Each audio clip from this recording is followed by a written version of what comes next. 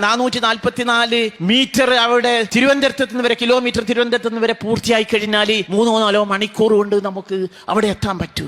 ഇത് എന്തോ ഒരു അശുഭമായി കാണുന്ന പ്രതിപക്ഷമുണ്ടല്ലോ, കോൺഗ്രസ്സുകാരും മുസ്ലിം ലീഗുകാരും. ആദ്യം നിങ്ങൾ അവരെ മാനസികമായി അവരെ ചികിത്സിക്കണം. നിങ്ങളൊന്ന് ചിന്തിച്ചു നോക്ക്. പിന്നാണ് ഞങ്ങൾ അവിടെ കുമ്പളയിൽ നിന്ന് പരിപാടി കഴിഞ്ഞ് അവിടെ കാസർഗോഡ് എത്തിയത് 14 മിനിറ്റ് കൊണ്ടാണ്. അത്രക്കും നല്ല റോഡ്. ഒരു പക്ഷേ ഈ നാഷണൽ ഹൈവേ 66 പൂർണ്ണമായ ഒരു റീച്ച് എത്തിയിരിക്കുന്നത് അവിടെ തലപ്പാടിയിൽ നിന്ന് ചെർക്കള വരെയാ. 6 വരി പാതയാ. എന്തു മനോഹരമായ പാത. ചിന്തിച്ചു നോക്കണം.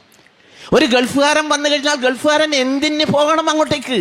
അവൻ്റെ കാർ ഇത്ര സ്പീഡിൽ ഒരിക്കലും തന്നെ ദുബായിലെ ഏറ്റവും വലിയ റോഡിൽ സാധിക്കില്ല.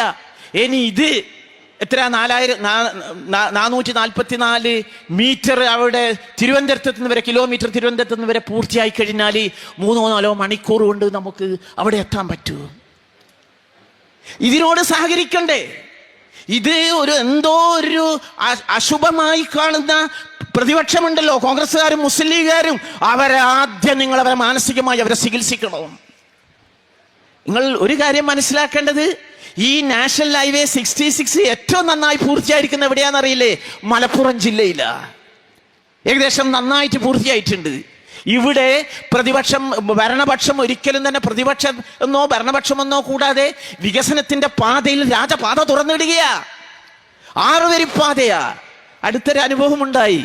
അവിടെ ചേളാരി കഴിഞ്ഞാലാണ് മലപ്പുറത്ത് ഏറ്റവും കൂടുതൽ അപകടമുള്ള ഒരു പ്രദേശം. എത്രയോ അപകടം മുമ്പ് ഒരു ബസ് മറിഞ്ഞ് 32 പേരൊക്കെ മരിച്ചിട്ടുണ്ട്. അതുകൊണ്ട് തന്നെ ഒരിക്കലും അപകടമില്ലാത്ത ഒരു റോഡായിരിക്കണമെന്ന് നമ്മുടെ ഗവൺമെന്റിന് നിർബന്ധമുണ്ടായിരുന്നു. ആഗോള നിലവാരമുള്ള അതിൻ്റെ വിദഗ്ധര് അവിടെ എന്ത് ചെയ്തു?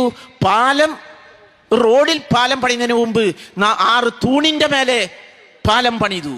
എത്ര 3 കിലോമീറ്റർ. ചേളാരിയിൽ നിന്ന് നിങ്ങൾ നോക്കിക്കോ, ഒരൊറ്റ സ്ട്രെച്ചാണ് സംഭവം. മനോഹരമായ പാത. ഒരറബി വന്നു അദ്ദേഹത്തിൻ്റെ തൊഴിലാളിയുടെ സുഹൃത്തിൻ്റെ മകളെ കല്യാണത്തിന്.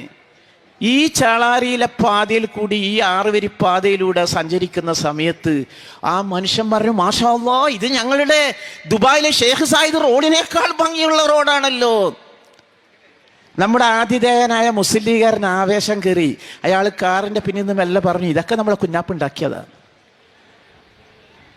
ഇത് അതിൻ്റെ അപ്പുറം പറയൂ, ഇതൊക്കെ ഞങ്ങളെ സാധിക്കലി തങ്ങളുടെ പോരിശ കൊണ്ടുണ്ടായതാണ്, തന്നെത്താനുണ്ടായതാണ്. നിങ്ങൾ മനസ്സിലാക്കണം, ഒരു വികസനത്തിൻ്റെ നമുക്കൊന്നും സ്വപ്നം കാണാത്തൊരു പാതയാണ് ഈ ഏപ്രിൽ മെയ്യോടുകൂടി പൂർത്തിയാക്കാൻ പോകുന്നത് സംഭവം. നമ്മുടെ കോഴിക്കോട് ജില്ലയിലെ പാത വളരെ വികസിച്ചു കൊണ്ടിരിക്കുന്നുണ്ട് സംഭവം. കണ്ണൂരിലും വർക്ക് നന്നായിട്ട് നടക്കുന്നുണ്ട് സംഭവം. എത്ര രൂപ നമ്മൾ ചിലക്കി? 5600 കോടി രൂപയാണ് നമ്മുടെ സംസ്ഥാന ഗവൺമെന്റ് ചെലവാക്കിയത്. സാധാരണ ഹൈവേ വികസനത്തിന്റെ കാര്യത്തിൽ ചില സഹായം നൽകുക എന്നല്ലാതെ ഭൂമി ഏറ്റെടുക്കേണ്ട ആവശ്യമുണ്ടായിരുന്നില്ല.